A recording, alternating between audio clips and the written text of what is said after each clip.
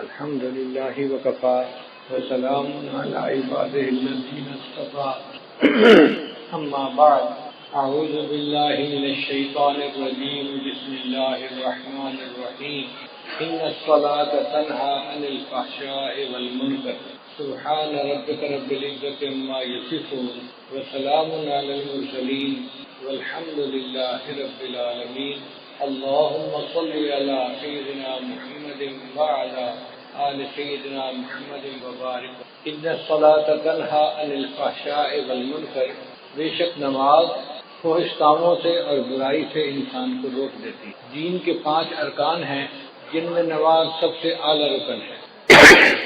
نبی نظام نے ارشاد فرمایا حبب الی من دنیاکم ثلاث، تمہاری اس دنیا میں مجھے 3 چیزیں بہت پیاری ہیں، ایک خوشبو، دوسرا نیک بیوی اور تیسرا میری آنکھوں کی ٹھنڈک نماز میں ہے۔ تو نماز کو آنکھوں کی ٹھنڈک فرمایا۔ ایک حدیث پاک میں نبی صاحب نے فرمایا کہ الصلاۃ معراج المومن، نماز تو مومن کی معراج ہے۔ نبی علیہ السلام کو اللہ تعالیٰ نے جسمانی معراج عطا فرمائی تھی، مومن کو نماز پڑھنے سے روحانی معراج حاصل ہے۔ جتنے باقی احکام ہیں اللہ تعالیٰ نے اسی دنیا میں بھیجے۔ نماز کے حکم کے لیے اللہ نے اپنے محبوب صلی اللہ علیہ وسلم کو عرش پر بلایا اور وہاں پر نماز کا تحفہ عطا فرمایا۔ شروع میں 50 نمازیں فرض تھیں۔ نبی علیہ السلام جب واپس آنے لگے تو بہت خوش تھے کہ میرے پروردگار نے مجھے تحفہ دیا، میں اپنی امت کے پاس اللہ کا تحفہ لے کر جاؤں گا۔ راستے میں ایک آسمان کے اوپر حضرت موسیٰ علیہ السلام انتظار میں تھے۔ پوچھا اے اللہ کے حبیب صلی اللہ علیہ وسلم، اللہ تعالیٰ نے آپ کو کوئی تحفہ دیا؟ فرمایا 50 نمازوں کا۔ تو انہوں نے کہا اے اللہ کے محبوب صلی اللہ علیہ وسلم، میری امت پر چند نمازیں فرض تھیں اور ان کے لیے وہ پڑھنی بھی مشکل ہو گئی تھی۔ 50 نمازیں تو بہت زیادہ ہیں، آپ اللہ تعالیٰ سے عرض کریں کہ اللہ اس کو کم کر دیں۔ تو نبی علیہ السلام پھر اوپر عرش پر تشریف لے گئے، اللہ تعالیٰ نے 5 نمازیں کم کر دیں، 45 ہو گئیں۔ پھر دوبارہ موسیٰ علیہ السلام نے کہا کہ نبی علیہ السلام نے دوسری مرتبہ عرض کیا تو 40 ہو گئیں۔ غرض 9 مرتبہ اوپر نیچے جانا ہوا اور 45 نمازیں معاف ہو گئیں اور 5 نمازیں رہ گئیں۔ پھر نبی علیہ السلام نے فرمایا موسیٰ علیہ السلام کو کہ اب مجھے اللہ کے سامنے جاتے ہوئے حیا آتی ہے، شرم آتی ہے، 5 نمازیں تو ہیں، میری امت 5 نمازیں پڑھ لے گی، مگر اللہ نے فرمایا کہ میرے محبوب صلی اللہ علیہ وسلم آپ کی امت 5 نمازیں پڑھے گی، ہم ان کے نام اعمال میں 50 نمازوں کا ثواب لکھیں گے۔ من جاء بالحسنۃ فلہ عشر امثالھا، اللہ تعالیٰ نے 10 گنا اجر دینے کا وعدہ فرمایا۔ اب یہاں پر 2-3 نکتے ہیں، وہ ذرا غور سے سنیے کہ نبی علیہ السلام نے مسجد اقصی میں سب انبیاء کی امامت فرمائی، تو حضرت موسیٰ علیہ السلام کیوں راستے میں بیٹھے تھے؟ حضرت ابراہیم علیہ السلام کیوں نہ بیٹھے؟ حضرت آدم علیہ السلام کیوں نہ بیٹھے؟ کوئی اور نبی علیہ السلام کیوں نہ بیٹھے؟ حضرت موسیٰ علیہ السلام راستے میں بیٹھے انتظار کیوں کر رہے تھے؟ علماء نے جواب دیا کہ حضرت موسیٰ علیہ السلام کلیم اللہ تھے، وہ کوہ طور پہ جاتے تھے، اللہ تعالیٰ سے ہم کلامی کرتے تھے، ہم کلامی کرنے سے ان کے دل میں چاہت ہوئی کہ اے اللہ میں آپ کا دیدار کرنا چاہتا ہوں، رب ارنی انظر الیک۔ اب انہوں نے جب اللہ سے فریاد کی تو اللہ نے فرمایا میرے پیارے موسیٰ علیہ السلام دنیا میں تم زیارت نہیں کر سکتے، انک لن ترانی نہیں دیکھ سکتے، بلکہ اللہ تعالیٰ نے کوہ طور پر تجلی ڈالی تو موسیٰ علیہ السلام بے ہوش ہو کر گر گئے، اور وہ تجلی بھی 70,000 پردوں میں سے تھی۔ تو موسیٰ علیہ السلام نے سوچا کہ میں تو اللہ تعالیٰ کا دیدار نہیں کر سکا، اب اللہ تعالیٰ نے معراج پر اپنے محبوب صلی اللہ علیہ وسلم کو بلایا ہے تو محبوب اللہ کا دیدار کر کے آئیں گے، میں راستے میں بیٹھتا ہوں تاکہ میں سب سے پہلے ان کا دیدار کروں جو اللہ کا دیدار کر کے آ رہے ہیں۔ دوسرا نقطہ کہ اللہ تعالیٰ چاہتے تو 50 کو پہلی دفعہ ہی 45 کر دیتے، چلو 5 رہ گئیں 45 معاف، یہ 5 کر کے 9 دفعہ چکر لگانا یہ کیا مسئلہ ہوا؟ علماء نے جواب دیا کہ اللہ تعالیٰ اگر چاہتے تو ایسا کر سکتے تھے، مگر اللہ تعالیٰ نے 5 نمازوں کو معاف اس لیے کیا کہ کل کو کہنے والے اعتراض نہ کریں کہ اللہ کے حبیب صلی اللہ علیہ وسلم کو معراج حاصل ہوا تھا بس 1 دفعہ چلے گئے تھے۔ اللہ نے فرمایا نہیں، 1 دفعہ وہ عرش پر نہیں آئے، میرے محبوب جتنی مرتبہ چاہیں گے اتنی مرتبہ عرش کے اوپر آئیں گے۔ تو 9 مرتبہ نبی علیہ السلام عرش پر گئے اور اللہ نے 45 نمازوں کو معاف کر دیا اور باقی 5 نمازیں رہ گئیں۔ اب ایک تیسرا نقطہ بڑا مزے کا ہے کہ حضرت موسیٰ علیہ السلام نے کہا کہ اللہ کبیر صلی اللہ علیہ وسلم 50 نمازیں بہت زیادہ ہیں، آپ کم ہونے کی درخواست کریں، تو کیا حضرت موسیٰ علیہ السلام نبی علیہ السلام سے زیادہ ذہین تھے؟ خود نبی علیہ السلام کو خیال نہ آیا کہ کم کروا لینی چاہیے؟ تو علماء نے اس کا جواب دیا ہے، وجہ یہ تھی کہ نبی علیہ السلام اللہ کی تجلی سے حاصل کر چکے تھے، اللہ کا دیدار کر چکے تھے، اس دیدار کرنے کی وجہ سے نبی علیہ السلام پر اللہ کے عشق کے ایک غلبے کی کیفیت تھی۔ اس حال میں اللہ اگر 500 نمازوں کا حکم بھی فرما دیتے تو نبی علیہ السلام اس کو بھی قبول فرما لیتے۔ جب محبوب کا جلوہ ہوتا ہے پھر بندے کو پتہ نہیں چلتا، اور اس کی دلیل یہ ہے کہ یوسف علیہ السلام کا جلوہ ہوا تھا اور مصر کی عورتوں نے اپنے ہاتھوں کی انگلیاں کاٹ دی تھیں، ان کو پتہ ہی نہیں چلا تھا کیا کاٹ رہی ہیں۔ تو اگر عورتیں اپنے ہاتھوں کی انگلیاں کاٹ سکتی تھیں تو نبی علیہ السلام کو جب اللہ کا دیدار نصیب ہوا تو محبوب کا ذہن اس طرف گیا ہی نہیں کہ یہ زیادہ ہیں، محبوب نے فرمایا میرے رب نے جو فرمایا ہے میری امت اس کو پورا کرے گی۔ مگر موسیٰ علیہ السلام نے تو تجلی نہیں پائی تھی، تو اس لیے انہوں نے بات کو سمجھا کہ کم ہونی چاہیے، تو اللہ تعالیٰ نے ایک طریقے سے 50 کا حکم تو دیا مگر اس کو 5 کر دیا اور حکم فرمایا میرے محبوب آپ کی امت 5 نمازیں پڑھے گی، میں ان کے نام اعمال میں 50 نمازوں کا ثواب لکھوا دوں گا۔ اس نماز کا حکم ہر کسی کو ہے، ساری مخلوق کو ہے۔ اللہ کی شان دیکھیے، درخت جو ہیں وہ قیام کی حالت میں ہیں، جو چوپائے ہیں وہ رکوع کی حالت میں ہیں، جو کیڑے مکوڑے ہیں وہ سجدے کی حالت میں ہیں، اور جو پہاڑ ہیں وہ قعدے کی حالت میں، تحیات کی حالت میں ہیں۔ کل قد علم صلاتہ و تسبیحہ، اللہ فرماتے ہیں ہر کسی کو اپنی نماز کا پتہ ہے کہ کیسے ادا کرنی ہے، مگر ساری مخلوق ایک ایک رکن ادا کر رہی ہے۔ انسان کو اللہ نے یہ شان عطا فرمائی، وہ تمام ارکان کا مجموعہ پوری نماز ادا کرتا ہے۔ حدیث پاک میں آتا ہے عرش پہ فرشتے ہیں وہ بھی نماز ادا کرتے ہیں، جو قیام میں ہے وہ ساری زندگی قیام میں رہے گا، رکوع نہیں کر سکے گا، جو رکوع میں ہے ساری زندگی رکوع میں رہے گا، سجدے میں نہیں جائے گا، جو سجدے میں ہے ساری زندگی سجدے میں رہے گا، اتحیات میں نہیں جائے گا، جو اتحیات میں ہے ساری زندگی اتحیات میں۔ تو فرشتے ایک ایک رکن پر عمل کرتے ہیں، اور اللہ نے انسان کو یہ شان عطا فرمائی، ان تمام ارکان کا مجموعہ پوری نماز تکبیر اولیٰ سے لے کے سلام پھیرنے تک انسان کو عطا فرما دی۔ اور اس نماز کا حکم بچے کو بچپن سے دے دیا جاتا ہے۔ آپ حیران ہوں گے کہ جی بچپن سے کیسے دے دیا جاتا ہے؟ بھئی دیکھیں جب بچہ پیدا ہوتا ہے تو ایک کان میں اذان اور دوسرے میں اقامت، تو اذان میں کیا کہتے ہیں؟ حی علی الصلاۃ، حی علی الفلاح، تو نماز کے لیے بلایا نا بچے کو۔ تو اذان دینے کے کئی فوائد ہیں، ایک تو اللہ کا نام اس کے دماغ میں پہنچایا بچے کے دماغ میں، دوسرا اس کو نماز کا حکم بھی فرمایا، اور تیسرا اس کو یہ بھی بتا دیا کہ اے بچے تیری زندگی کی اذان بھی ہو چکی، اقامت بھی ہو چکی، اب جب نماز پڑھنے میں تھوڑا سا وقت باقی ہوتا ہے اتنا تیری زندگی ہے، اس زندگی کو تو گزارے گا تو تیری نماز جنازہ کھڑی ہو جائے گی۔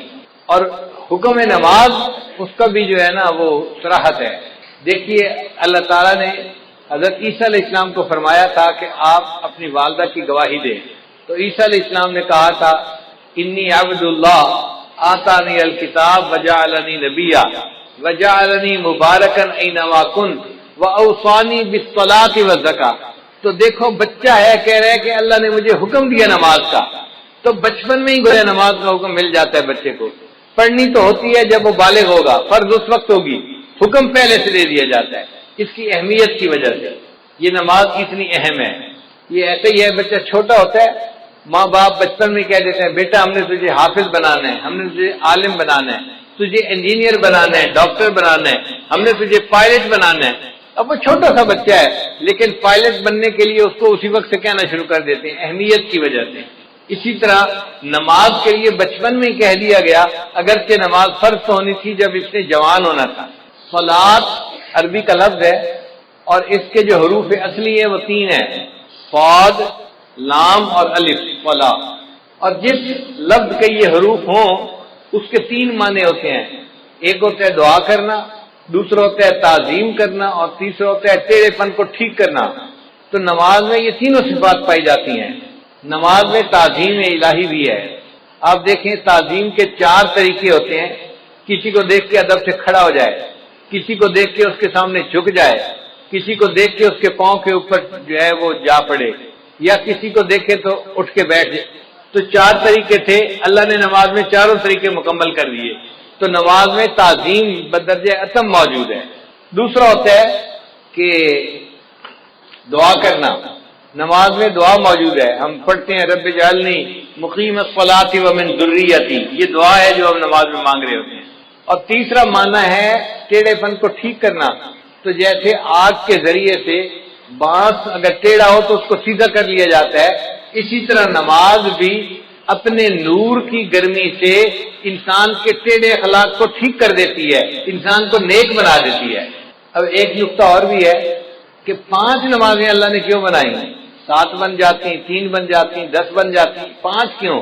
علماء نے اس کا خوبصورت جواب دیا، وہ فرماتے ہیں کہ اللہ تعالیٰ نے ہر انسان کو 5 حواس عطا فرمائے ہیں، 5 جن کو حواس خمسہ کہتے ہیں، چھوٹے بچے سکولوں میں پڑھتے بھی ہیں۔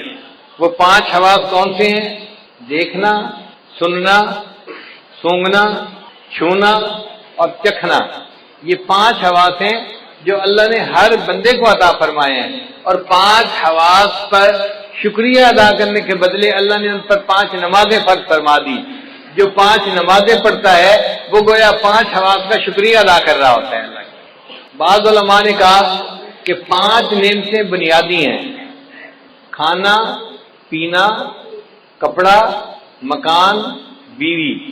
اب یہ ہر بندے کو ان کی ضرورت ہوتی ہے، تو اللہ نے 5 نمازیں اس لیے فرض ادا فرمائی کہ میرے بندے 5 نمازیں پڑھنے سے تم 5 نعمتوں کا شکر ادا کرنے والے بن جاؤ گے۔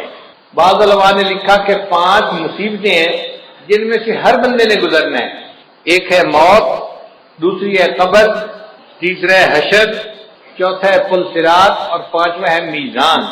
یہ 5 ایسی مصیبتیں ہیں کہ جن میں سے ہر بندے کو گزرنا ہی ہے، چاہے نیک ہو یا بد ہو۔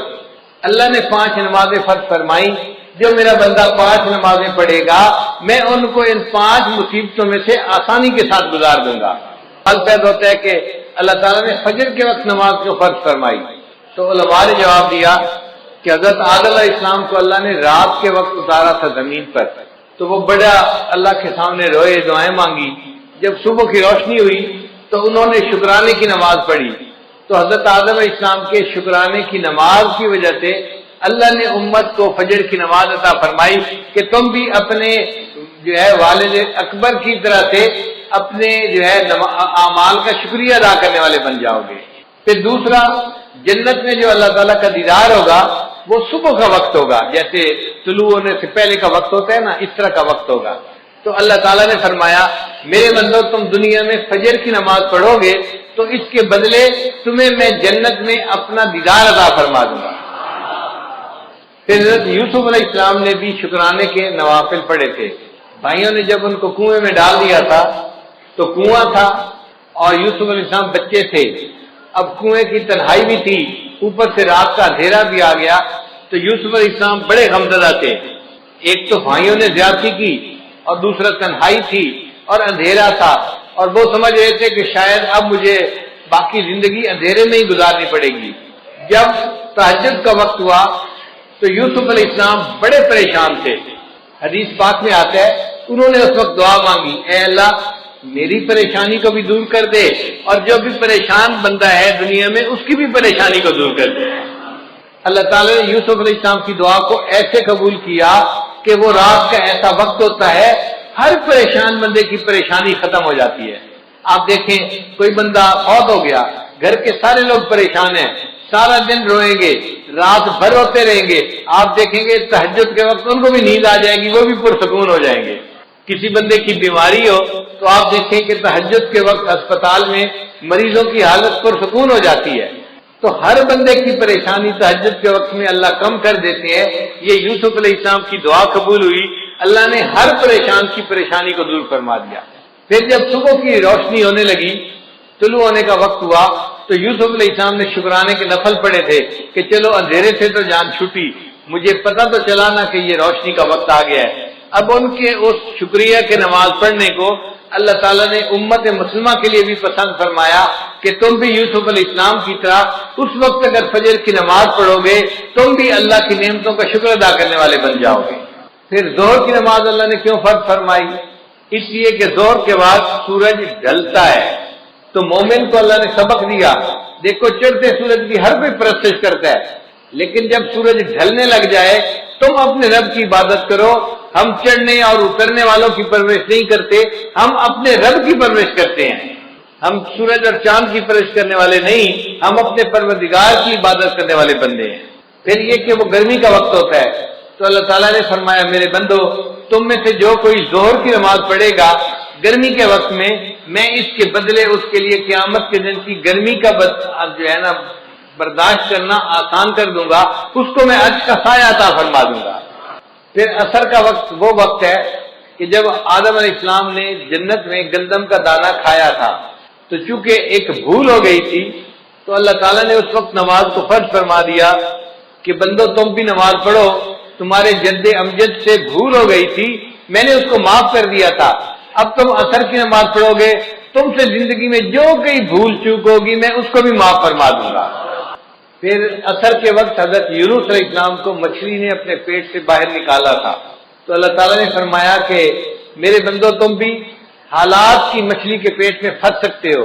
مثال کے طور پہ کوئی قرضے کے اندر پھنسا ہوا ہے، ادا نہیں ہو رہا، کسی کا کاروبار بند ہے، چلتا نہیں، کوئی بیماری کی مصیبت میں پھنسا ہوا ہے، بیماری دور نہیں ہوتی، کوئی بچی گھر بیٹھی ہے، رشتہ نہیں آتا، وہ حالات کی مچھلی کے پیٹ میں پھنسی ہوئی ہے، اب اس مچھلی کے پیٹ سے کیسے نکلے؟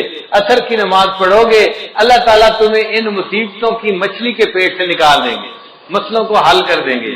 پھر قبر میں جو میت سے سوال جواب ہوتا ہے تو اس وقت عصر کا وقت ہوتا ہے، تو عصر کی نماز اس لیے قائم فرمائی کہ جو بندہ عصر کی نماز دنیا میں پڑھے گا اس کے لیے قبر میں سوال و جواب کا دینا اللہ آسان فرما دیں گے۔ مغرب کی نماز اللہ نے کیوں فرض فرمائی؟ اس لیے کہ سارے دن میں جو غلطیاں ہوئی، کوتاہیاں ہوئیں، اب یہ مغرب کی نماز پڑھے گا اللہ پورے دن کے گناہوں کو اس کے بدلے معاف فرما دیں گے۔ حضرت آدم علیہ السلام کی توبہ اللہ نے مغرب کے وقت قبول فرمائی تھی، تو امت محمدیہ کو مغرب کی نماز دی گئی کہ تم اگر مغرب کی نماز پڑھو گے اس کے بدلے ہم تمہاری زندگی کے سب گناہوں کو معاف کر دیں گے، تمہاری توبہ کو بھی قبول فرما لیں گے۔ اب عشاء کی نماز یہ اس امت کی خصوصیت ہے، پہلے کسی امت کو عشاء کی نماز نہیں ملی، عشاء کی نماز امت محمدیہ ہی کو ملی ہے۔ کیوں کہ نبی علیہ السلام کو جو معراج ملا تھا وہ عشاء کی نماز کے وقت ملا تھا۔ اللہ نے فرمایا میرے محبوب آپ کی امت عشاء کی نماز پڑھے گی، آپ کو تو میں نے جسمانی معراج عطا فرمایا، آپ کی امت کو عشاء کی نماز کے بدلے روحانی معراج عطا فرما دو۔ ایک سوال ذہن میں یہ پیدا ہوتا ہے کہ نماز میں رکعتیں 2 ہوتی ہیں، 3 ہوتی ہیں یا 4 ہوتی ہیں؟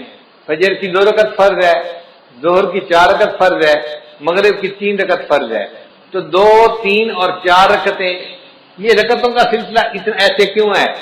1 رکعت ہوتی، 2 رکعت ہوتی، کام ختم ہو جاتا، آخر 2 رکعت، 3 رکعت یا 4 رکعت میں کیا حکمت ہے؟ قرآن مجید کی آیت ہے اللہ نے فرشتوں کو بنایا جاعل الملائکۃ رسلا اولی اجنحۃ مثنی و ثلاث و رباع، اللہ نے فرشتوں کو پیدا کیا، بعض فرشتوں کے 2 پر ہیں، بعض کے 3 اور بعض کے 4۔ اللہ نے فرمایا کہ میرے محبوب صلی اللہ علیہ وسلم فرشتوں کو میں نے پرواز عطا کی 2 پروں سے، 3 پروں سے، 4 پروں سے، اب آپ کی امت نماز پڑھے گی، رکعتیں 2 ہوں گی، 3 ہوں گی، 4 ہوں گی، جیسے فرشتوں کو روحانی ترقی میں نے عطا فرمائی، آپ کی امت کو ان فرائض کی رکعتیں پڑھنے پر میں روحانی ترقی عطا فرما دوں گا۔ پھر کل رکعتیں جو انسان کے اوپر لازم ہیں وہ 17 ہیں، 2 فجر کی، 4 ظہر کی، 4 عصر کی، 3 مغرب کی، اور عشاء کی 4 رکعت فرض اور 3 رکعت وتر، یہ 17 رکعتیں بنتی ہیں۔ تو 17 رکعتیں کیوں دی گئیں؟ علماء نے جواب دیا کہ نبی علیہ السلام نے معراج میں 17 چیزوں کی سیر کی تھی، 8 جنتوں کی، 7 آسمانوں کی، تو 7 اور 8 15 بن گئے، اور 1 عرش اور 1 کرسی، 17 ہو گئے۔ اللہ نے اپنے حبیب صلی اللہ علیہ وسلم کو 17 چیزوں کی سیر عطا فرمائی تھی، اس کے بدلے ہمارے اوپر 17 رکعتیں فرض فرما دی۔ امت ان 17 رکعتوں کو ادا کرے گی، میں ان کو بھی روحانی طور پہ سیر عطا فرما دوں گا۔ نماز معراج کیوں ہے اور عبادت معراج کیوں نہ بنی؟ اس لیے کہ نماز میں مومن اپنا سر سجدے میں اتنا جھکاتا ہے کہ انتہا ہو جاتی ہے۔ اسی لیے اگر کہیں گھاس والی جگہ ہو اور نماز پڑھنی پڑے تو بندہ اگر گھاس کے اوپر پیشانی لگا کے اٹھا لے تو سجدہ نہیں ہوتا، یا کوئی فوم کا گدا ہو اور بندہ اوپر اوپر پیشانی لگا کے اٹھا لے تو سجدہ ادا نہیں ہوتا۔ سجدے کے لیے ضروری ہے کہ اتنا سر جھکائے کہ نیچے سے زمین کی سختی محسوس ہونے لگ جائے۔ جب سختی نیچے سے محسوس ہوگی، اب سر نیچے جا ہی نہیں سکتا، تب سجدہ مکمل ہوگا۔ اللہ نے فرمایا میرے بندے تو نے سجدہ کرنے میں اپنے سر کو جھکانے کی انتہا کر دی، اس حالت میں میرے بندے میں نے تجھے اٹھانے کی انتہا کر دی، میں نے تجھے معراج عطا فرما دیا۔ اس لیے سجدے کی حالت میں مومن معراج کی حالت میں ہوتا ہے۔ اب ایک اہم سوال کہ نماز میں سورہ فاتحہ پڑھنی کیوں ضروری ہے؟ نبی اسلام نے ارشاد فرمایا ان الصلاۃ تنہا، نبی اسلام نے فرمایا لا صلاۃ الا بفاتحۃ الکتاب، کہ سورہ فاتحہ پڑھے بغیر نماز نہیں ہوتی۔ علماء نے لکھا ہے کہ فاتحہ پڑھنی ضروری ہے۔ اگر کسی بندے نے نماز میں فاتحہ پڑھ لی تو باقی کچھ بھی نہیں پڑھا، اس کی نماز ہو جائے گی۔ فاتحہ نہیں پڑھی تو نماز نہیں ہوتی، نماز فاتحہ پڑھنی ضروری۔ اتنی اہمیت کیوں ہے؟ اس کی وجہ ہے، وہ ذرا سمجھ لیجئے کہ اللہ تعالیٰ نے جتنی آسمانی کتابوں میں اپنے معارف کو اتارا، اس سب معارف کو اللہ نے قرآن مجید میں اتار دیا۔ پھر قرآن مجید میں اللہ نے جو کچھ نازل فرمایا اس کو اللہ نے سورہ بقرہ میں نازل کر دیا۔ پھر اللہ نے سورہ بقرہ میں جو کچھ نازل فرمایا اس کو سورہ فاتحہ میں نازل فرما دیا۔ اس لیے سورہ فاتحہ کو فاتحہ کہتے ہیں، یہ اوپننگ چیپٹر ہے قرآن مجید کا، اس کو باب القرآن کہتے ہیں، یہ قرآن پاک کا دروازہ ہے، یعنی پورے قرآن میں جو مضامین تھے وہ سارے کے سارے سورہ بقرہ میں آ گئے، سورہ فاتحہ میں آ گئے۔ ذرا اس پر غور کر لیجئے کہ سورہ فاتحہ میں کیسے آ گئے۔ سورہ فاتحہ میں الحمدللہ یہ دو الفاظ ہیں جو اللہ کی تعریف کرتے ہیں۔ اب پورے قرآن مجید میں اللہ کی جتنی تعریفیں ہیں، جتنی اللہ کی عظمت بیان ہوئی، اللہ کی کبریائی بیان ہوئی، وہ الحمدللہ کے لفظ میں سمٹ کے آ گئی کہ تعریفیں سب کس کے لیے ہیں؟ اللہ کے لیے۔ اور سچی بات یہ ہے کہ تعریفیں سجتی اللہ ہی کو ہیں، حتیٰ کہ اگر کوئی بندہ دوسرے بندے کی تعریف کرے تو وہ بھی اللہ کی تعریف کر رہا ہے۔ خاوند بیوی کی تعریف کرے تو وہ بھی اللہ کی تعریف کرے۔ کیوں؟ بیوی کو کس نے بنایا؟ اللہ نے بنایا۔ بیوی خاوند کے اچھے اخلاق کی تعریف کرتی ہے تو وہ اللہ کی تعریف کر رہی ہے۔ خاوند کو اچھے اخلاق کس نے دیے؟ اللہ نے دیے۔ ماں باپ اولاد کی تعریف کریں تو اللہ کی تعریف، کیوں؟ اولاد کس نے دی؟ اللہ نے دی۔ ہم دنیا کی کسی چیز کی تعریف کریں، وہ تعریف حقیقت میں اس کے پیدا کرنے والے کی تعریف ہے۔ تو تعریف کا مالک، حقدار حقیقت میں فقط اللہ ہی ہے۔ الحمدللہ ان الفاظ میں بندہ اقرار کرتا ہے اے اللہ، تعریف اگر کسی کی ہو سکتی ہے تو وہ آپ ہی کی ذات ہے، آپ ہی کو تعریف سجتی ہے، تعریفوں کی انتہا ساری کی ساری آپ کے لیے ہے۔ اس لیے قیامت کے دن نبی السلام کے ہاتھوں میں جو جھنڈا ہوگا اس کا نام ہوگا لواء الحمد، حمد کا جھنڈا۔ اور نبی علیہ السلام کا نام اللہ نے رکھا احمد۔ احمد کا معنی وہ بندہ جس نے اللہ کی سب سے زیادہ دنیا میں تعریفیں کی ہوں، اور واقعی جتنی نبی علیہ السلام نے اللہ کی تعریفیں کی ہیں دنیا میں کسی اور نے اللہ کی اتنی تعریفیں نہیں کی۔ اور اس امت کا نام قیامت کے دن ہوگا حمادون، اللہ کی سب سے زیادہ تعریفیں کرنے والے۔ اور نبی علیہ السلام کو جنت میں جو گھر ملے گا، محل ملے گا، اس کا نام ہوگا بیت الحمد۔ تو اللہ تعالیٰ کے لیے سب حمد ہے، اس لیے فرشتے بھی کہیں گے وقیل الحمدللہ رب العالمین۔ تو سب تعریفیں کس کے لیے ہیں؟ تو الحمدللہ کے الفاظ نے اللہ تعالیٰ کی تمام تعریفوں کو اپنے اندر سمیٹ لیا۔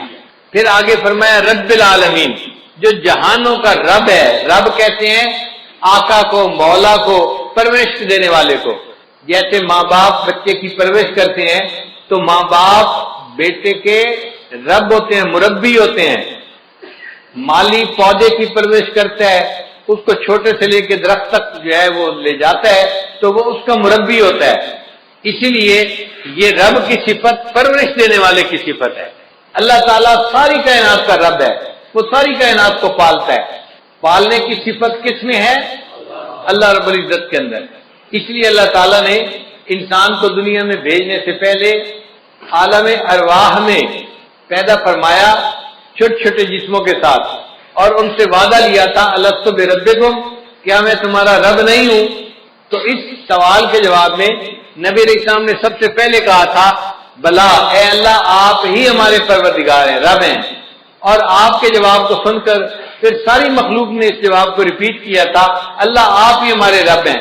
اللہ نے فرمایا اچھا سب نے میرے ساتھ وعدہ تو کر لیا، مجھے رب سمجھتے ہو، میں تمہیں دنیا میں بھیجتا ہوں آزمانے کے لیے کہ دنیا میں جا کے تم کس کو رب مانتے ہو۔ چنانچہ آج لوگ سمجھتے ہیں ہم نوکری سے پل رہے ہیں، ہم فیکٹری سے پل رہے ہیں، ہم زراعت سے پل رہے ہیں، ہم کاروبار سے پل رہے ہیں۔ نہیں، ہم اللہ سے پل رہے ہیں، اللہ ہمیں پال رہا ہے، ہمیں کوئی اور چیز نہیں پال رہی۔ اسی لیے دعوت تبلیغ والے لوگ کہتے ہیں نا کہ بھائی ان اسباب کی نفی کرو۔ سچی بات ہے، جس طرح پہلے زمانے میں لات اور منات کی نفی کی جاتی تھی، اسی شد و مد کے ساتھ ان اسباب کی نفی کرنی چاہیے، اپنے دل کو سمجھانا چاہیے میں زراعت سے نہیں پل رہا، میں اپنی تجارت سے نہیں پل رہا، میں اپنی نوکری سے نہیں پل رہا، میں فیکٹری سے نہیں پل رہا، مجھے کون پال رہا ہے؟ میرا اللہ مجھے پال رہا ہے۔ رب ہمارا کون ہے؟ اللہ ہے، اللہ پالنے والا ہے۔ تو نظر اللہ پہ رکھیں، اسباب پہ نظر نہ رکھیں۔ تو نے پتھر میں کیڑے کو پالا، خشک مٹی سے سبزہ نکالا، یہ تیرا ہے جہاں یہ زمین آسماں اے خدایا، کس نے تیری حقیقت کو پایا۔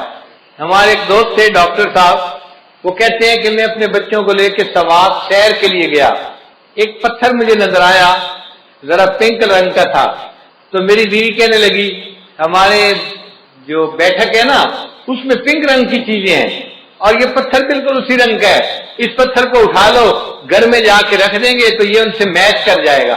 اور تو بیچاروں کو ہر وقت میچنگ کی پڑی ہوئی ہوتی ہے۔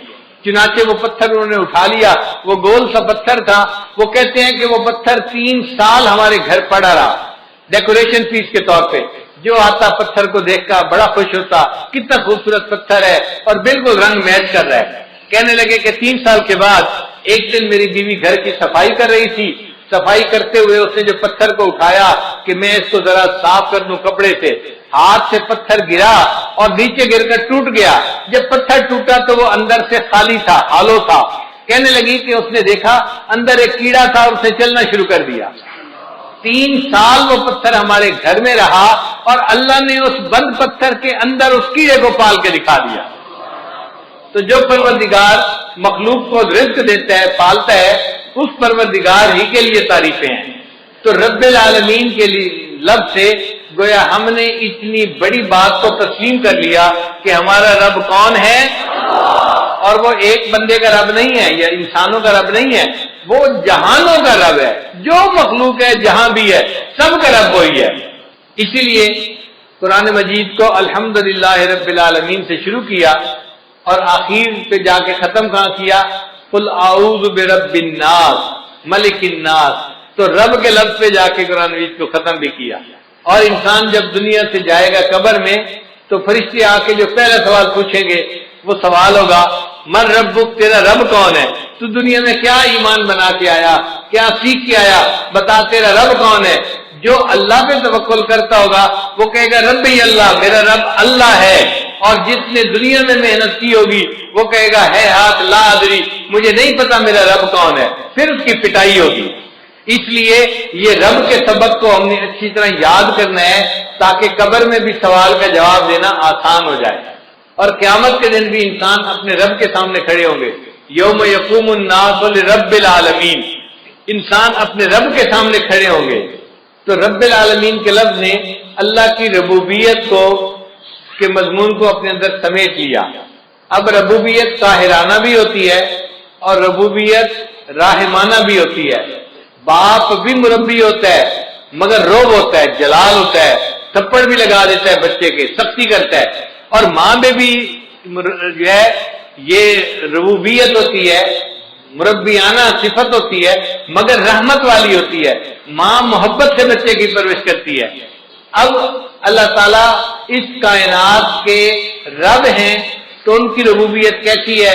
فرمایا الرحمن الرحیم، رحمت والی ربوبیت ہے اللہ کی، وہ رحمت کی ربوبیت سے پوری کائنات کی پرورش فرما رہا ہے۔ اب رحمان اور رحیم 2 لفظ ہیں۔ رحمان کہتے ہیں اس ذات کو کہ جس کے پاس بے انتہا خزانے ہوں، اور رحیم کہتے ہیں کہ اس کے خزانے استعمال بھی بے انتہا ہو رہے ہوں۔ 2 صفتیں ہوتی ہیں، بندے کے پاس پیسہ بھی بہت زیادہ ہو اور دل بھی بہت بڑا ہو کہ اپنے پیسے کو غریبوں پہ تقسیم بھی کر رہا ہو، کئی مرتبہ بندہ سخی تو بڑا ہوتا ہے، پیسے ایک ڈھیلا پیسے کا نہیں ہوتا، اس کی سخاوت کس کام کی؟ یا بندے کے پاس پیسہ تو بہت ہوتا ہے، خرچ کرنے کی صفت نہیں ہوتی، تو پیسہ کس کام کا؟ مدد تو تب ہے کہ پیسہ ہو بھی بہت زیادہ اور خرچ کرنے کی عادت بھی خوب ہو اس کی۔ اللہ تعالیٰ میں یہ دونوں صفتیں موجود ہیں۔ اللہ کے پاس رحمتوں کے خزانے بھی بے انتہا ہیں، اور اللہ کی رحمت خرچ بھی بے انتہا ہو رہی ہے، اپنے اور پرائے سب پہ خرچ ہو رہی ہے۔ رحمان کہتے ہیں اس کو جو دنیا میں اپنے اور پرائے سب پر رحمت فرماتا ہے۔ دیکھیں دنیا میں کافروں کو جو رزق ملتا ہے کون دیتا ہے؟ کافروں کو اولاد کون دیتا ہے؟ صحت کون دیتا ہے؟ رزق کھانے کو کون دیتا ہے؟ اللہ دیتا ہے۔ وہ کتنا رحیم ہے، رحمان ہے کہ جو ایمان والوں کو بھی رحمت نواز رہا ہے اور کافروں کو بھی رحمت سے نواز رہا ہے۔ تو اپنے اور پرائے سب کو وہ ایمان والوں کو بھی دیتا ہے، وہ وفاداروں کو بھی دیتا ہے، وہ دنیا میں غداروں کو بھی دیتا ہے۔ وہ بڑا کریم آقا ہے، اور قیامت کے دن اللہ تعالیٰ ایمان والوں کے ساتھ خاص رحمت فرمائیں گے۔ وَكَانَ بِالْمُؤْمِنِينَ رَحِيمًا۔ پھر رحمان کہتے ہیں کہ جس کی رحمت دنیا میں خاص ہو، اور رحیم کہتے ہیں کہ جس کی رحمت آخرت میں خاص ہو۔ تو رحمان اور رحیم کے دو لفظ لانے سے عجیب مضامین کو سمیٹ لیا گیا۔ اب پورے قرآن مجید میں رحمت کے جتنے مضامین ہیں وہ رحمان اور رحیم کے لفظ کے اندر سمٹ کے آ گئے۔ پھر اس کے بعد فرمایا مالک یوم الدین، اللہ تعالیٰ قیامت کے دن کا مالک ہے۔ ایک ہوتا ہے قیامت کے دن کا منصف ہونا، قاضی ہونا۔ بھائی دیکھیں جو قاضی ہوتا ہے نا وہ قانون کا پابند ہوتا ہے، وہ ملزم کی فیور نہیں کر سکتا۔ وہ کہتا ہے جی مجھے تو قانون کے مطابق فیصلہ کرنا تھا، میں تو مجبور تھا، میں فیور نہیں کر سکتا۔ اللہ تعالیٰ قیامت کے دن کے صرف منصف نہیں، مالک بھی ہیں، اور مالک کو اختیار ہوتا ہے وہ جس کی چاہے فیور کرے اور جس کو چاہے معاف فرما دے۔ تو اللہ نے فرمایا میں قیامت کے دن کا مالک ہوں، میں جس کو چاہوں گا قیامت کے دن اس کو معاف فرما دوں گا، اس کی بخشش فرما دوں گا۔ تو مضمون جتنا قیامت کا پورے قرآن مجید میں آیا اس کو مالک یوم الدین کے الفاظ نے اپنے اندر سمیٹ لیا۔ پھر اس کے بعد فرمایا ایاک نعبد، اے اللہ ہم آپ ہی کی عبادت کرتے ہیں۔ عبادت کے لائق فقط اللہ ہی کی ذات ہے۔ عبادت کس کی کرنی چاہیے؟ اب مشرک کیا کرتے ہیں؟ وہ کہتے ہیں ہم اللہ کی بھی عبادت کرتے ہیں۔ بھائی یہ بھی کا نقطہ نہیں چاہیے، ہم اللہ ہی کی عبادت کرتے ہیں۔ اب کوئی بندہ کہے جی نقطے سے کیا بنتا ہے؟ بھائی نقطے سے بہت فرق پڑتا ہے۔ آپ بتاؤ اگر کوئی بیوی کسی خاوند کو کہے میں آپ کی بھی بیوی ہوں تو اس کو نقطہ قبول ہوگا؟ خاوند کہے گا نہیں تم کہو میں آپ ہی کی بیوی ہوں۔ بھائی اگر خاوند یہ نقطہ برداشت نہیں کرتا تو رب تو اللہ تعالیٰ تو بڑی عظمت والا ہے، وہ بھی شرک کا نقطہ برداشت نہیں کرتا، وہ بھی کہتا ہے عبادت کرنی ہے تو کس کی کرنی ہے؟ فقط اللہ ہی کی کرنی ہے۔ ایاک نعبد، آپ ہی کی اللہ عبادت کرتے ہیں اور آپ ہی سے مدد مانگتے ہیں۔ ہمارے حاجت روا بھی آپ ہیں، مشکل کشا بھی آپ ہیں۔ اللہ ہمارے جو ہیں وہ کام کو سر انجام دینے والے آپ ہی ہیں، اللہ ہی کی طرف توجہ رکھنی ہے۔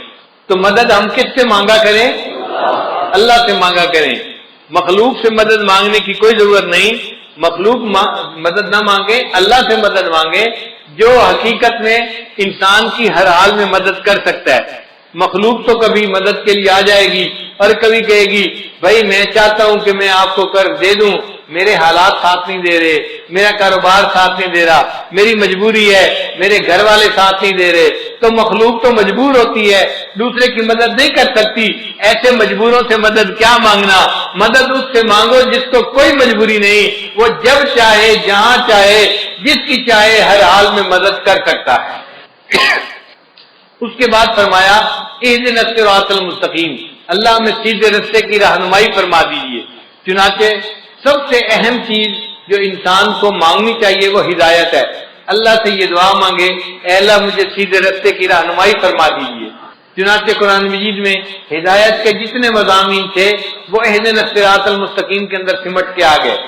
اب اللہ نے آگے بتا دیا کہ سیدھا راستہ کون سا ہے، تو یہ نہیں کہا کہ صراط القرآن والحدیث، قرآن اور حدیث کے راستے پہ چلنا وہ سیدھا راستہ ہے۔ اللہ نے فرمایا نہیں، صراط الذین انعمت علیہم، ان لوگوں کا راستہ جن پر اللہ تیرا انعام ہوا۔ وہ بندے جس راستے کے اوپر چلے ہم ان کے پیچھے چلیں گے، ان کی اقتداء کریں گے، ان کی پیروی کریں گے۔ تو نیک بندوں کی پیروی کرنے کو سیدھا راستہ بتایا گیا۔ اس لیے ہم جو اپنے بڑوں کی اقتداء کرتے ہیں حقیقت میں ہم اللہ کے نیک بندوں کی پیروی کر رہے ہوتے ہیں۔ اللہ وہ نیک بندے کون سے ہیں؟ اللہ نے فرمایا 4 ہیں، ان کی عبادت، ان کی پیروی کرنا۔ کون سے؟ من النبیین والصدیقین والشہداء والصالحین، انبیاء، صدیقین، شہداء اور صالحین، ان 4 کی بات ماننا، ان کے راستے کے اوپر چلنا، تو سیدھے راستے پر چلنے والے بن جاؤ گے۔ تو 4 کی ماننا اور 4 کی مت ماننا۔ اللہ وہ 4 جن کی نہ مانے وہ کون سے ہیں؟ اللہ فرماتے ہیں غیر المغضوب علیہم ولا الضالین، وہ جن پر غضب ہوا اور جو راستے سے بھٹک گئے وہ 4 لوگ ہیں، ان کی نہ ماننا۔ اللہ 4 کی تفصیل کر دیجئے۔ اللہ فرماتے ہیں وہ ہیں یہود اور نصارہ اور مشرکین اور ملحدین، یہ 4 لوگ ہیں، ان کے راستے پہ بالکل نہیں جانا تم نے۔ تو 4 کی ماننی ہے، 4 کی نہیں ماننی۔ جن کی ماننی ہے وہ انعام یافتہ لوگ ہیں، انبیاء، صدیقین، شہداء اور صالحین، اور جن کی نہیں ماننی وہ ہیں یہود، نصارہ، مشرکین اور ملحدین۔ اللہ تعالیٰ ہمیں ان 4 مغضوب علیہم لوگوں کے راستے پر قدم اٹھانے سے محفوظ فرمائے اور ہمیشہ اپنے انعام یافتہ بندوں کے راستے پہ چلنے کی اللہ ہمیں توفیق عطا فرمائے۔ اس لیے چونکہ پورے قرآن مجید کے مضامین کا خلاصہ سورہ بقرہ میں آ گیا، اللہ تعالیٰ نے سورہ بقرہ کا نماز میں پڑھنا لازم کر دیا، فرمایا لا صلاۃ الا بفاتحۃ الکتاب۔ اس لیے سورہ فاتحہ کا پڑھنا ضروری ہے۔ ہم جب نماز پڑھیں تو سورہ فاتحہ کے ایک ایک لفظ کے مضمون پر غور کریں اور سوچیں کہ اللہ نے کیا حکم دیا اور ہمیں اس کے مطابق اپنی زندگی کو بنانے کی ضرورت ہے۔ اب ایک اور نقطہ، آخر اللہ تعالیٰ کو نماز اتنی پسند کیوں ہے کہ نبی علیہ السلام نے فرمایا مومن اور کافر کے درمیان فرق کرنے والی چیز نماز ہے، اور جو بندہ نماز پڑھے گا اللہ تعالیٰ اس کے سارے دن کے کاموں کا ذمہ دار بنے گا، اللہ اس کے کاموں میں اس کی مدد کرے گا اور اس کی اللہ تعالیٰ ہر حال میں جو ہے وہ پشت پناہی فرمائیں گے۔ تو نماز آخر اتنی پسند کیوں ہے؟ اللہ کیوں خوش ہوتے ہیں؟ علماء نے اس کا جواب دیا کہ جب مومن نماز پڑھتا ہے تو اس سے شکل جو ہوتی ہے نا وہ احمد کے لفظ کی بنتی ہے۔ قیام میں ہماری حالت الف کی مانند ہوتی ہے، رکوع میں ہماری حالت ہا کی مانند ہوتی ہے، اور سجدے میں ہماری حالت میم کی مانند ہوتی ہے، اور اتحیات میں ہماری حالت دال کی مانند ہوتی ہے۔ اب سب ارکان کو جمع کرو تو کون سا لفظ بنا؟ احمد کا لفظ بنا، اور احمد اللہ کے محبوب کا نام ہے۔ اللہ فرماتے ہیں میرے بندے تو نماز میری پڑھ رہا ہے لیکن تیرا جسم میرے محبوب کے نام کی شکل بنا رہا ہے، تو مجھے میرے محبوب کی یاد دلا رہا ہے، اس حال میں مجھے تیرے اوپر بھی پیار آ رہا ہے، تجھ سے بھی مجھے محبت ہو گئی۔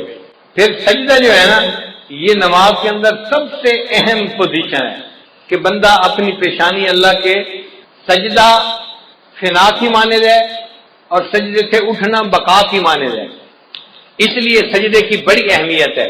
اس کی مثال یوں سمجھیں کہ جیسے کوئی کسی کے قدموں پہ جا پڑے منت سماجت کرتے ہوئے، بندہ اپنے پروردگار کے قدموں پہ جا پڑتا ہے، اس کے سامنے سر کو زمین پہ رکھ دیتا ہے، اے اللہ مجھ سے جو غلطیاں کوتاہیاں ہوئی تو مجھے معاف کر دے، میں نے تیرے سامنے اپنے سر کو جھکا دیا۔ اور یہ دنیا میں سجدہ کرنے کی سعادت جس کو نصیب ہوگی آخرت میں بھی وہی سجدہ کر سکے گا۔ قرآن مجید میں ہے اللہ تعالیٰ قیامت کے دن بندے کو کھڑا فرمائیں گے اور پھر ان کے سامنے ساق کی تجلی فرمائیں گے، یوم یکشف عن ساق، اور جب تجلی فرمائیں گے تو جو نمازی ہوں گے وہ سارے سجدے میں جا پڑیں گے، اور جو نماز نہیں پڑھتے ہوں گے ان کی کمر جو ہوگی نا وہ بالکل سیدھی ہو جائے گی، سخت ہو جائے گی، اور وہ سجدہ کر ہی نہیں سکیں گے، وہ سجدے سے محروم ہو جائیں گے۔ ہم دنیا میں غیب کے سجدے کرتے پھر رہے ہیں، دنیا میں غیب کا سجدہ ہے، معبود سامنے تو نہیں ہے، مگر ایک وقت آنے والا ہے کہ ہمیں ایسا بھی سجدہ اللہ عطا فرمائیں گے کہ جب اللہ کا دیدار ہو رہا ہوگا، اس کی ذات کا دیدار ہوگا، اور اس وقت ہم شہود کا سجدہ کریں گے۔ وہ خوش نصیب لوگ ہوں گے جو شہود کا سجدہ کریں گے اور اللہ سے اس کی نعمتوں کو پانے والے بن جائیں گے۔ اس لیے قرآن مجید میں ہے کہ جو لوگ جہنم میں جائیں گے ان سے فرشتے پوچھیں گے اور تمہیں جہنم سے بچانے والا کوئی نہیں تھا، تم کیا کرتے تھے جو جہنم میں آ گئے؟ تو وہ کہیں گے لم نکو من المصلین، ہم نمازی نہیں تھے، ہم بے نمازی تھے، اس لیے ہمیں جہنم میں بھیجا گیا۔ تو جہنم میں جانے کی جو بڑی وجہ ہوگی وہ بے نمازی ہونا ہے۔ اس لیے ہمیں نماز کی پابندی کرنی چاہیے اور نماز کو بہت اہتمام کے ساتھ پڑھنا چاہیے۔ عورتیں نماز میں سستی کرتی ہیں، گھر کے کاموں کی وجہ سے نمازیں قضا کر بیٹھتی ہیں، یہ بہت بڑی کوتاہی ہے، اس سے بچنے کی ضرورت ہے۔ اور ایک نقطہ یاد کر لیجئے کہ اگر نماز پڑھنا اور یا کوئی کام کرنا دو آپشن سامنے آئیں تو ہمیشہ نماز پہلے پڑھیں، کام کو پیچھے چھوڑیں۔ لوگوں کی عادت ہوتی ہے اور جی یہ کام کر لیتے ہیں پھر نماز پڑھ لیں گے، نہ یہ بڑی غلطی ہے۔ پہلے نماز پڑھیں پھر کام کریں۔ عورتیں یہی تو کہتی ہیں میں مہمانوں کو چائے دے دوں پھر نماز پڑھ لیتی ہوں، اور مہمانوں کو چائے دیتے دیتے نماز قضا ہو جاتی ہے۔ میں یہ کام کر لوں پھر نماز پڑھ لوں گی، اور اس کام کے کرتے کرتے نماز قضا ہو جاتی ہے۔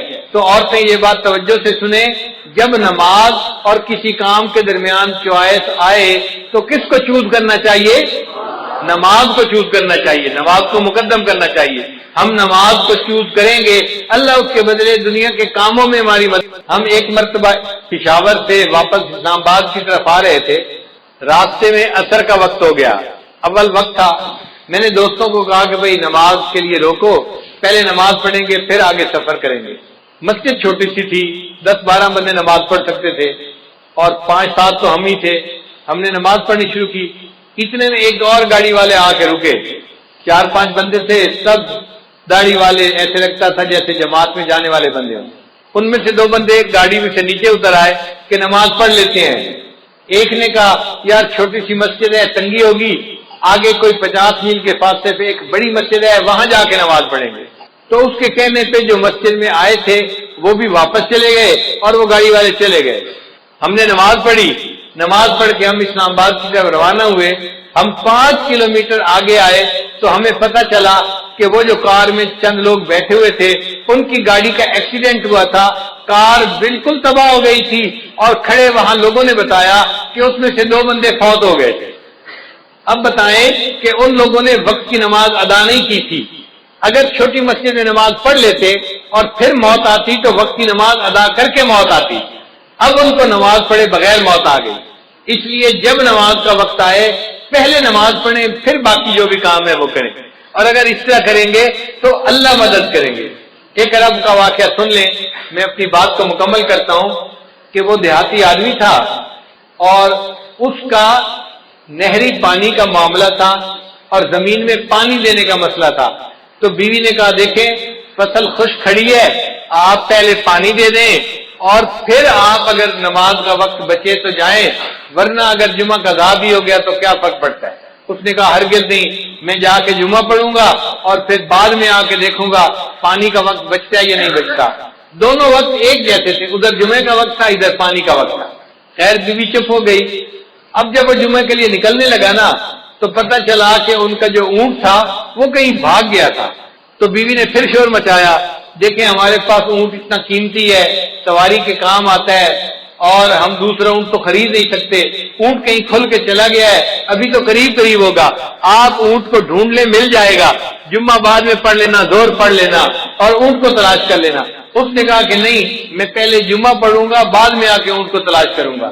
وہ بندہ خیر جمعہ پڑھنے چلا گیا۔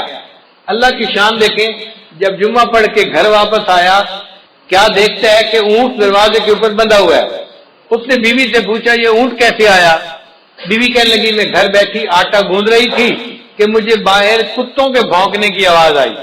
میں نے گھر کا دروازہ کھول کے دیکھا تو میں نے دیکھا کہ 4-5 کتے اس کے پیچھے لگے ہوئے تھے اور یہ اونٹ بھاگتا ہوا اپنے گھر واپس آ رہا تھا۔ جب یہ دروازے کے قریب پہنچا تو میں نے اس کی مہار پکڑ کے دروازے کے ساتھ باندھ دیا۔ اللہ نے کتوں کے ذریعے سے اونٹ کو ویسے ہی گھر پہنچا دیا۔ اس نے کہا چلو اللہ نے میرا ایک کام تو کر دیا، اب میں جاتا ہوں اور جا کے زمین کو پانی بھی لگاتا ہوں۔ اللہ کی شان جب وہ پانی لگانے کے لیے گیا تو کیا دیکھتا ہے، اس کی پوری زمین کو پانی لگا ہوا ہے۔ وہ بڑا حیران کہ یہ پانی کیسے لگ گیا میری زمین کو۔ ابھی وہیں کھڑا تھا کہ اس کا جو ہمسایہ تھا نا دیہاتی، وہ آیا زمیندار اور کہنے لگا بھائی مجھے معاف کرنا، میں نے اپنی زمین کو پانی لگانا تھا، میرا نمبر پہلے تھا، آپ کا نمبر بعد میں تھا۔ جب میں نے اپنے زمین کو پانی لگایا تو میرے اور تمہارے زمین کے درمیان جو جو سوراخ بنا ہوا تھا نا وہ کھلا ہوا تھا، مجھے اس کا پتہ نہیں تھا، میں اپنی زمین کو پانی لگاتا رہا، جب لگا کے دیکھا تو تمہاری زمین کو پورا پانی لگ چکا تھا۔ اللہ نے جمعہ کی نماز پڑھنے کے بدلے اس کی زمین کو پانی بھی لگوا دیا اور اس کے اونٹ کو بھی واپس گھر پہنچا دیا۔ ہم اگر نماز پڑھیں گے اللہ تعالیٰ ہمارے کاموں کو سنواریں گے اور ہماری سرپرستی فرمائیں گے، اس لیے نماز کو اہمیت دینی چاہیے اور ہرگز قضا نہیں کرنی چاہیے۔ میری زندگی تو فراق ہے وہ ازل سے دل میں مکی سے ہی، اللہ تعالیٰ ازل سے ہے دل میں مگر دنیا میں ہے تو فراق نہ۔ میری زندگی تو فراق ہے وہ ازل سے دل میں مکی سے ہی، وہ نگاہ شوق سے دور ہے رگ جاں سے لاکھ کری سے ہی۔ بندہ دعا مانگتا ہے اللہ ہمیں اپنے گھر کا دیدار عطا فرما، حج عمرے کی سعادت عطا فرما۔ کئی مرتبہ سعادت نہیں ملتی تو شاعر کہتا ہے تیرا در تو ہم کو نہ مل سکا تیرے راہ گزر کی زمین سے ہی، تیرا در تو ہم کو نہ مل سکا تیرے راہ گزر کی زمین سے ہی، ہمیں سجدہ کرنے سے کام ہے جو وہاں نہیں تو یہی صحیح۔ اللہ سجدہ کرنا ہے نا، وہاں جا کے نہیں کر سکے تو یہاں پہ جو سجدہ کرتے ہیں۔ اور آخر پہ کہتے ہیں سرے طور ہو سرے حشر ہو ہمیں انتظار قبول ہے۔ آج دنیا میں ہم غیب کے سجدے کر رہے ہیں، اللہ ہمیں قیامت کے دن دیدار کے ساتھ سجدہ عطا فرمائیں گے۔